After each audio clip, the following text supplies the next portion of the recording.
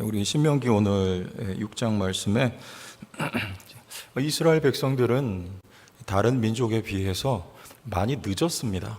다른 민족들은 이미 땅을 차지하고 살고 있었고 나름대로의 문명을 발전시켜 나가고 있었습니다. 그런데 이스라엘 백성들은 400년이라고 하는 시간을 종살이를 해야 했고, 출애굽한 이후에도 40년 동안을 광야를 돌아야 했습니다. 40년이면 한 세대죠. 한 세대만이 아니라 수백 년을 뒤처져 있습니다. 예나 지금이나 기업을 경영하는 분들의 화두는 뭐냐면 그 경영 전략에 있어서 혁신이라고 하는 점이죠. 혁신은 풀면 변화합니다. 시대의 흐름에 맞춰서 변화하면 늦습니다. 적어도 10년에서 30년은 내다보고 변화 그리고 혁신되지 않으면 경쟁이 너무나 치열하기 때문에 살아남을 수가 없는 것이 우리 이 기업 생태계죠. 그처럼 촌각을 다투며 전쟁과 같은 이제 물건을 팔기 위해서 그런 싸움을 하고 있는데, 이 이스라엘 백성들은 470년을 지금 뒤쳐졌다고 하니 얼마큼 뒤쳐진 겁니까? 그런데 하나님은 계산이 있었어요. 하나님의 계산법은 틀림이 없고 손해본 것 같은데 보상이 있습니다. 오늘 읽었던 10절과 11절 말씀에 땅을 차지할 것이고, 또 너희가 짓지 않았는데 물건이 가득한 집, 그리고 또 농사 짓지 않았는데 그 과실, 파지 않았는데 그 우물을 남들이 해놓은 걸 그대로 다 너희 것이 되게 하겠다. 그 뒤처진 시간 같은데 그 시간만큼 하나님이 보상, 선물을 주시니 여기 있다는 내용입니다. 우리가 느낄 때는 천천히 가는 것이 손해처럼 여겨질지 모르지만 하나님의 계산 속에서는 절대 결단코 손해보지 않게 하시죠. 우리 제천 지역에도 지금 많은 교회들이 리더십 교체가 일어나고 있습니다. 오시는 목사님들 연령대를 보면 대부분 다 40대 초중반대예요. 빨리들 오시는데, 아시다시피 저는 단독 목회로 이 성도교회 올 때 50 넘은 나이에 왔어요. 늦게 왔죠. 많이 늦었죠. 아시다시피 결혼도 늦고 아이도 늦게 낳아서 기르고 있고, 모든 면에 있어서 저는 남들보다 앞서가지 못하고 천천히 와요. 늦게 갑니다. 한때는 여기에 대한 불만이 있었어요. 왜 나의 시간은 흐르지 않는가? 물리적인 시간은 흐르는데 의미론적인 시간, 삶은 항상 그 자리, 다람쥐 쳇바퀴 돌듯이 앞으로 전진을 못하고 있는 것입니다. 거기에 대한 불만이 있었는데, 지금 와서 생각해보고 이 말씀을 빗대어 저의 삶을 돌아보면 그것이 감사하다는 거예요. 한 교회를 담임하는 목회자가 될 때 다져지지 않으면 여러분 빨리 가는 것보다 그래서 제대로 가는 게 더 중요합니다. 다져지지 않으면 목회자가 된 이후에 목회자가 흔들리거나 번아웃 되거나 나가 떨어지면 그 손해는 고스란히 교회, 성도들에게 가요. 그래서 견고히 할 수 있으면 잘 다져져서 만들어진 다음에 세워진다면 얼마나 더 교회가 유익하고 자신에게도 그게 덕스럽겠습니까? 그래서 그런 면에 있어서 참 하나님 앞에 저는 감사합니다. 여러분, 혹시 이 가운데 계신 여러분들 중에 천천히 가는 것처럼 시간이 나는 왜 흐르지 않냐? 나에게 왜 발전이 없냐? 이런 생각을 하시는 분이 계시다면 여러분, 하나님의 스케줄을 따라가시면 됩니다. 여기 서울에 한강이 있잖아요. 그 한강에 여러 개의 한강다리가 있는데 그 중에 2개가 이미 아시다시피 무너졌어요. 여기 청풍호도 한강 줄기죠. 먼저 무너진 게 행주대교가 먼저 무너졌고, 어떻게 무너졌을까요? 와장창 무너졌어요. 두 번째 무너진 다리가 성수대교. 그 성수가 지었다면서요. 성수대교. 그것도 와장창 무너지고 많은 인명피해를 냈어요. 그런데 그 가운데 하나가 한강대교예요. 이게 어디냐면 노량진하고 용산, 지금 대통령 거주하고 있는 여기를 이어주는 다리가 한강대교예요. 이 한강대교는 언제 지어졌냐면 일제시대 때 일본 사람들이 지은 다리예요. 그러니까 이게 이 오랜 세월이 지났는데도 한강대교 아직도 건재합니다. 서울 시내 제천에도 일본인들이 지은 건물이 있는지 모르겠는데 일본인들이 지은 건물은요 아직도 잘 쓰고 있어요. 그 일본인들 많은 단점이 있겠지만 장점 꼽으라면 무슨 일을 할 때 거의 완벽한 수준으로 합니다. 그래서 시간이 오래 걸려요. 그런데 그 정말 쓸만한 물건이 돼요. 여러분, 하나님께서도 우리 이렇게 빨리 가는 것보다 천천히 가더라도 채워질 것이 채워지고 제거될 게 제거되어서 우리 인생의 기초 공사가 확실하게 된 이후에 손해본 것 같고 남들보다 늦게 가는 것 같은데 하나님이 선물을 더해 주시는 은혜로 모든 것이 보상되게 해 주십니다. 믿습니까? 여러분, 천천히 가도 속상해하지 마시고 하나님의 인도하심을 한 걸음씩 따라가세요. 하나님의 계획이 있어요. 계획이. 자, 그래서 우리가 천천히 가더라도 제대로 가야 되는데 그럼 제대로 가는 게 뭐냐, 이것을 세 가지 짚어보려고 합니다. 우리 13절을 보세요. 다시 한 절 올라가서 12절. 자, 읽어봅시다. 시작. 너는 조심하여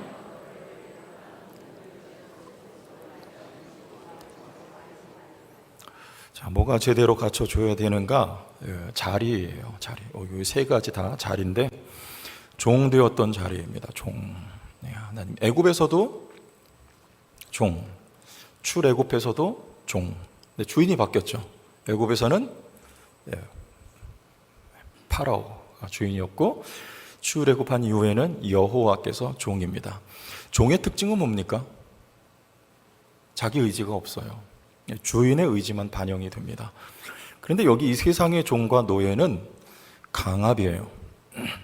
우리 아프리카에 있는 흑인들을 영국인들이 처음에 강제로 무력으로 잡아다가 종살이를 시키죠.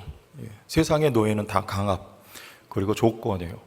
내 밑에 충성되어야 살아갈 수 있다는 거예요. 그렇지 못하면 목숨을 잃어버릴 수도 있어요. 세상의 노예는 다 강압, 조건이에요. 하나님의 노예, 여기 종이란 말은 노예라는 말이에요. 기분에 안 좋으실까요? 우린 하나님의 노예, 예수 그리스도의 노예, 종이에요. 근데 여기는 강압이 작용하지 않습니다. 신분은 노예인데 수준은 자발적이어야 돼요. 하나님은 여러분의 자발적인 헌신을 기대하시는 거예요. 강압이 아니에요. 그리고 무조건이에요. 하나님의 사랑은 무조건이에요. 여러분, 자발적이 될 때까지는 여기 시간이 들어가지 않아요? 자녀들이 자발적으로 공부하면 얼마나 좋겠어요? 자발적으로 방 청소 좀 깨끗하게 하면 얼마나 좋겠어요? 그런데 자발적으로 못할 때 부모들은 기다려야 돼요. 조바구면 안 돼요. 기다려주고 참아야 돼요. 그러면 어느 순간 아이들에게 동기가 부여될 때 자발적으로 하지 말래도 하는 순간이 올까요, 안 올까요? 안 온다고 하는 분은 내가 그런 거죠? 옵니다. 우리 하나님도 우리를 종 삼으셨는데 그 헌신의 수준과 그 깊이와 넓이는 자발을 기대하세요. 그래서 많은 시간이 걸려요. 무슨 말입니까? 하나님은 세상 인간과 달라요. 하나님은 주군이고 우리는 봉신, 이 관계예요. 우린 그분만을 섬겨야 돼요. 그런데 사랑이 작용해요. 그래서 우리는 사랑의 종들이고 사랑의 노예예요. 기다리실 뿐만 아니고 우리를 위해 친히 종이 되어 주신 분이 바로 하나님이십니다. 그가 예수 그리스도요, 제자들의 발을 씻어 주심으로 그 본을 보여주셨어요. 그는 십자가에 돌아가시기까지 우리를 섬겨주신, 종이 되어주신 분입니다. 이 사랑을 알 때, 언제? 이 사랑을 알 때, 그리고 더 깊어질 때 우리에겐 자발이 나와요. 자발적으로. 왜? 나의 의지대로 살아봤더니 거기는 어려움과 고난이 있고 이제는 나를 정령 위해 주시는 분은 하나님이시다. 많은 사람이 나를 위하는 것 같고 많은 관계를 맺고 살아가지만 그 가운데 단연 나를 사랑하시고 나를 위해 주시는 분은 하나님 외에는 없다. 나 위에 종이 되어주신 분이다. 나를 사랑하신다. 여러분, 이것을 우리가 깊이 경험하게 되면 그때부터 우리에게 자발적인 헌신이 나와요. 그래서 내 의지가 제고되고 하나님, 당신의 뜻이 복입니다. 당신의 뜻대로 살기 원합니다. 여러분, 이 고백과 믿음의 결단과 실천이 우리에게 나오게 되는 거예요. 그래서 우리는 그렇게 주님의 노예와 종이 되어가는 것입니다. 이 자리, 이게 중요하단 말이에요. 이게 질서이기 때문에 우리가 여기에 있을 때 여러분, 우리에게 하나님의 복이 경험이 돼요. 경험해. 그래서 이게 있어야 돼. 첫째, 여러분 누구냐? 우리는 여호와 하나님의 노예다, 종이다. 기쁜 노예요, 즐거운 종이요, 감사한 자리요, 위치요. 여러분, 이게 우리의 고백이 되어야 되는 거예요. 첫 번째, 이게 세워져야 될 질서. 두 번째, 14절 15절입니다 너희는 다른 신들 곧 내 사면에 있는 백성의 신들을 따르지 말라. 15절을 읽습니다. 시작. 너희 중에 계신 너희 하나님 여호와는 질투하시는 하나님이신즉 너희의 하나님 여호와께서 내게 진노하사 너를 지면에서 멸절시키시까 두려워하노라. 자, 여기 우상 섬기지 말라. 다른 신들 내 곁에 두지 말라. 다른 신들을 왜 곁에 두어서 하나님 속에 불을 지를까요? 네? 우리식으로 말하면 염장을 지르는 거예요. 이게 하나님 속에다가. 왜? 하나님 질투하시는 사랑의 하나님이신데 왜 다른 신을 두느냐? 좋은 마음이에요. 더 잘 되고 싶은 거예요.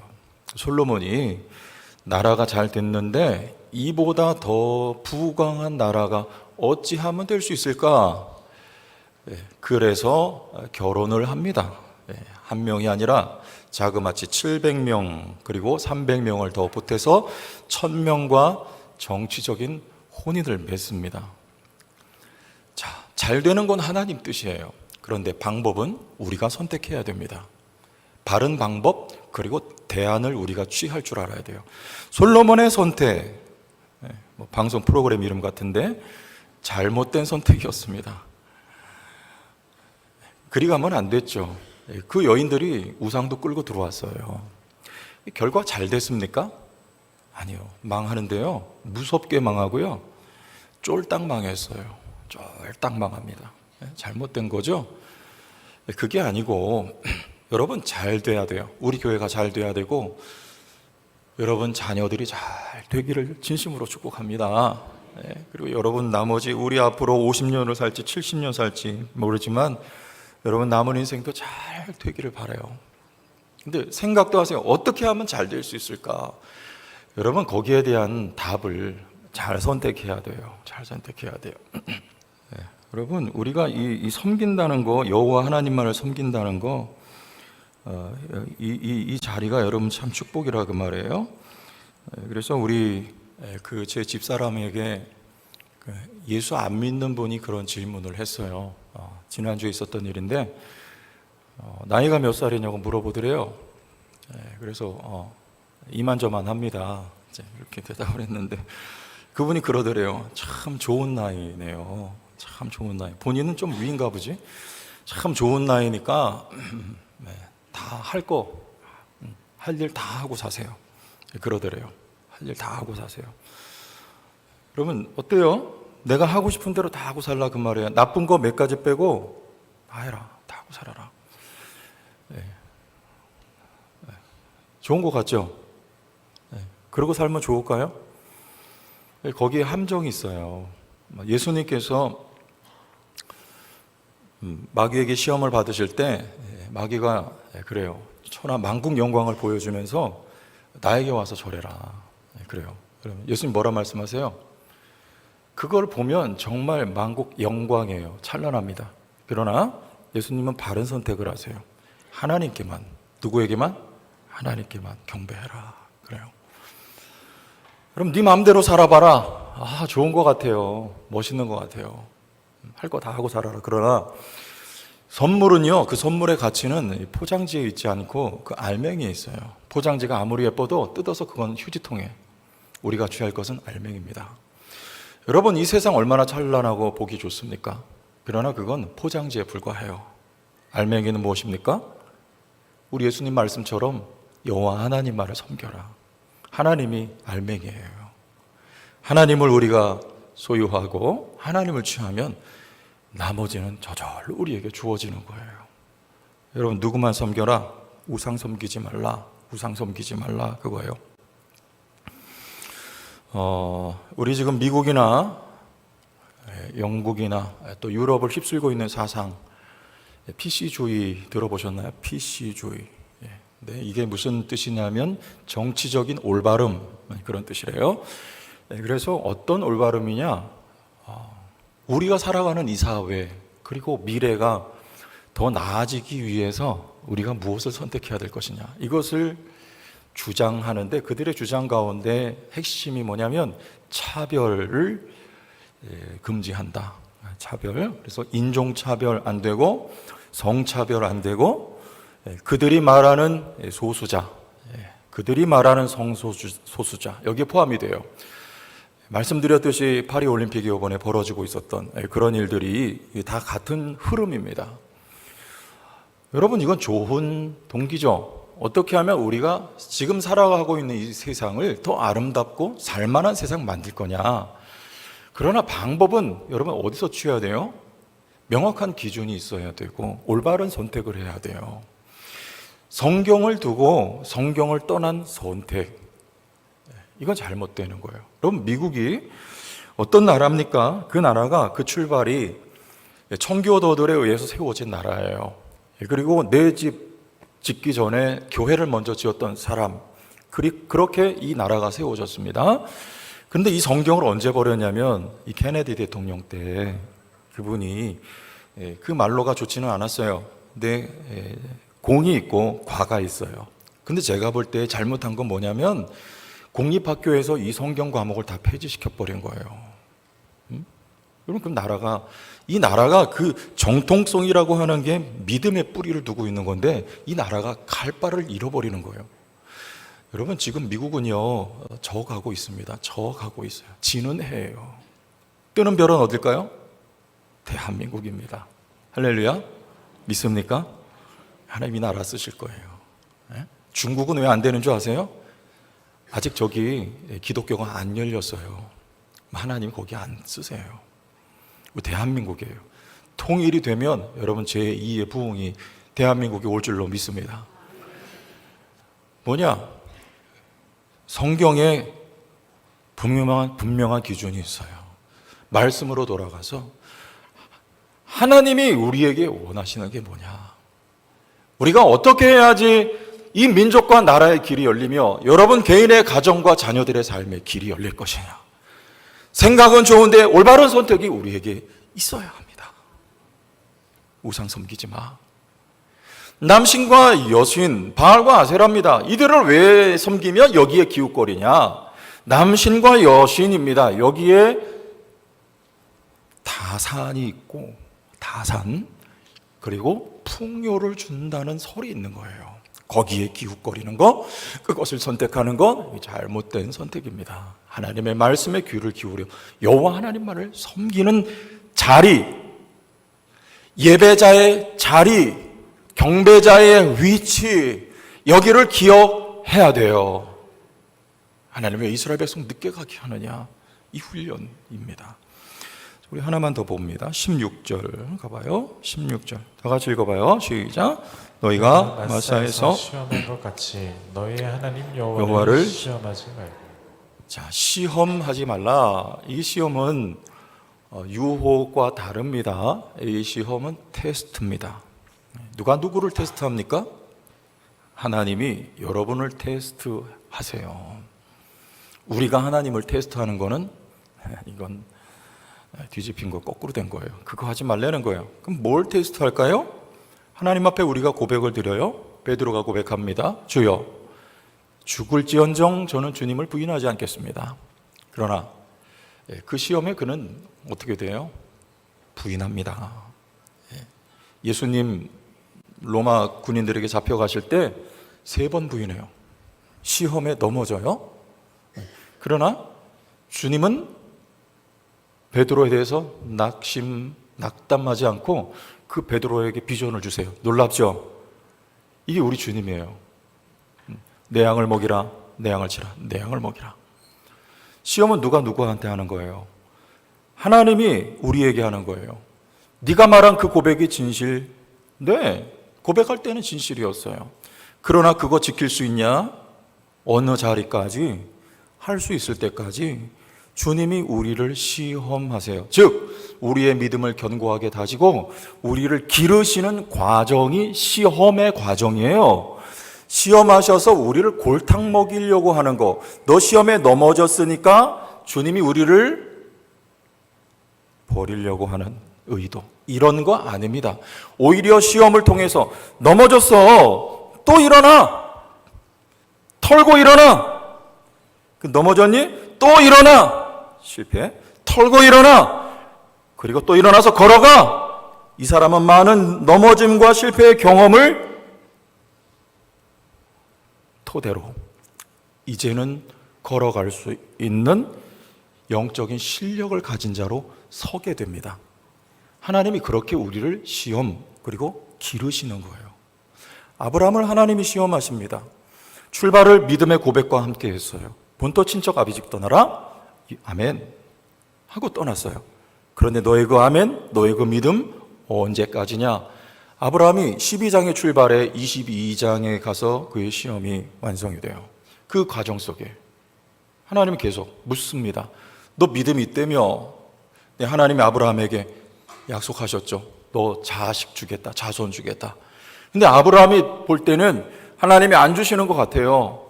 그럼 뭐 해요? 하갈을 취하고 이스마엘을 덜컥 놔버리죠. 시험에 이겼나요, 졌나요? 그러면 안 되는 거였어요. 그러나 아브라함은 시험에 집니다. 그러나 하나님은 아브라함에 대해서 실망하지 않아요. 하나님은 여러분에게 대해서 실망하지 않는 하나님이십니다. 여러분 오늘도 혹 넘어짐이 있어도 하나님은 실망하지 않으세요. 일으켜 주시며 22장까지 걷게 하세요. 그리고 22장에 그 많은 넘어짐과 실패를 이제 아브라함이 딛고 100세에 낳은 아들을 번제로 하나님 앞에 드리라고 할 때 아브라함은 많은 갈등이 있었으나 이제 칼을 들고 단호하게 순종을 할 때 아브라함에게는 부활의 믿음이 있었습니다. 무엇을 믿었는가? 이제는 믿어요. 하나님이 100세에 낳은 아들, 12장에 하셨던 하나님의 말씀, 너의 후손으로 말미암아 만민이 복을 받으리라 하신 약속의 말씀. 그래서 이 이삭을 하나님 앞에 번제로 각을 떠 바쳐도 하나님의 약속이 이루어져 성취되어야 하기 때문에 하나님은 이 아들을 살리리라. 부활의 믿음이 아브라함에게 있었습니다. 그때 하나님은 아브라함을 인정하십니다. 이제야 여기까지 있어요. 여러분에게도 이제야라는 하나님의 선언이 있어야 돼요. 거기까지 어려움이 있어요. 하나님께 대한 실망의 마음이 우리에게는 있습니다. 아들 주신다고 약속하셨네요. 그런데 왜 안 주시나요? 하나님 이렇게 하신다고 약속하셨네요. 그런데 왜 안 하시나요? 우리는 하나님에 대해서 실망할 수 있어요. 그래도 여러분 오늘 말씀하십니다. 시험하지 말라. 하나님은 여호와시니라. 그는 능력이 많으시니라. 여전히 너희와 함께 하시느니라. 너희의 발길을 인도하시느니라 라고 믿으라는 요청을 우리에게 하고 있습니다. 그걸 누가 못했어요? 이스라엘 백성이 출애굽기 17장에 보면 16장에 만나를 하나님이 주셔요. 그런데 17장 가면 마실 물이 없어서 또 여호와를 시험합니다. 어떤 시험이었느냐? 여호와가 우리 가운데 계시냐 안 계시냐. 여호와는 능력이시라며요. 여호와는 함께 하신다며요. 여호와는 약속을 지키신다며요. 그런데 왜 우리에게 마실 것을 안 주시나이까? 여호와가 우리 가운데 계신가 아니 계신가? 맞사 시험입니다. 여러분 우리는 하나님을 시험하는 존재들이 아니에요. 우리는 하나님께 테스트를 받는 사람들입니다. 왜 우리에게 어려움이 있는가 기억하십시오. 하나님은 그 어려움을 뛰어넘기를 원하세요. 아브라함이 이삭을 번제로 바치라는 그 요구를 뛰어넘은 것처럼 여러분, 하나님께서 우리에게 어떤 상황, 어떤 요구를 하시든지 믿음으로 뛰어넘을 수 있을 만큼 우리의 믿음을 기르시기 위해서 하나님은 여러분들을 시험하심을 꼭 기억하시길 바랍니다. 우리의 자리예요, 여기가. 여러분, 여기를 뭐라고 하냐? 이렇게 말합니다. 18절을 보십시다. 여호와께서 보시기에 정직하고 선량한 일을 행하라. 그리하면 내가 뭘 받고? 복을 받는다. 이 복이라는 말 성경에 많이 나오지만 창세기 12장에 아브라함에게 말씀하셨던 내가 복이 될지라, 이것과 여기 복은 다른 표현입니다. 여기 이 복이라고 하는 것은 여러분, 구별된 그 자리, 적절한 자리에 머물러 있을 때 그것을 복이라고 여기 지금 말씀해요. 여러분, 우리가 있어야 될 적절한 자리는 어디입니까? 왜 이스라엘 백성을 하나님이 늦게 인도하셨습니까? 그 자리를, 그 기초를, 그 터를 하나님께서 단단하게 닦아 놓기 위한 거예요. 우리는 종이에요. 사랑의 종이에요. 우리는 하나님의 노예 그리스도예요. 우리는 예배자예요. 우리는요, 시험 받고 양육 받는 겸손의 자리에 머무르는 존재, 거기가 복이라고 말할 수 있습니다. 하나님 우리에게 이런 복을 주시려는 거예요. 하나님이 복입니다. 여러분, 늦게 가는 것 같아도 따라가세요. 하나님이 여러분을 만들어 주시고요, 늦게 가면서 잃어버린 것 같은 것 하나님께서 다 보상해 주십니다. 선물로 채워 주십니다. 제가 있어야 될 자리를 저는 뒤늦게 깨달았어요. 저는 많은 자리에 있어 보려고 했고 많은 일들을 했습니다. 그런데 경험상 되돌아보면 저는 이렇게 예배당에서 풀타임 사역자가 되어서 교회를 섬기는 그 자리가 가장 복이 되고 제 자리라는 걸 알았어요. 거기 있을 때 형통하고 마음에는 평안이 있고 저희 가정이 잘 돼요. 하나님께서 여러분 개인에게 허락하여 주신 자리가 있습니다. 사명의 자리가 있어요. 여러분 놓고 기도하시기를 바랍니다. 그 하나님의 인도하심을 기대하시기를 바랍니다. 오늘도 그 자리에 여러분 세우기 위해 기초 닦고 터 닦는 일을 하나님이 하신다고 믿으시길 원해요. 우리 제천 성도 교회 앞에 모토를 달아놨어요. 하나님이 이끄시는 교회. 그러나 저는 3년이 지난 이 시점에 이제 보이는 저 모토는 좀 떼고 우리가 이번에 로고를 지금 작업을 새로 하고 있는데, 그때는 그냥 제천 성도 교회 이렇게 하고 모토는 우리 가슴 속에 좀 새기자, 이렇게 나가려고 합니다. 왜냐하면 우리 제천 지역만 해도 교회마다 이미 지난 유행인데 유행처럼 교회 이름 앞에 모토들을 다 달아놨어요. 그래서 우리 자칫하면 좀 변별성이 떨어지고 값어치가 없어 보이진 않을까 해서 이제는 우리 마음속에 이것을 좀 새겨야 되겠다, 그런 생각을 하게 됐습니다. 여러분, 그래도 우리 성도교회가 있어야 될 자리는요, 영원토록 하나님이 이끄시는 교회가 되어야 해요. 그 자리에 있어야 우리 교회가 형통하고 잘 됩니다. 하나님이 복을 주실 거예요. 여러분 모두에게 이 말씀의 은혜가 있기를 예수님의 이름으로 축원합니다.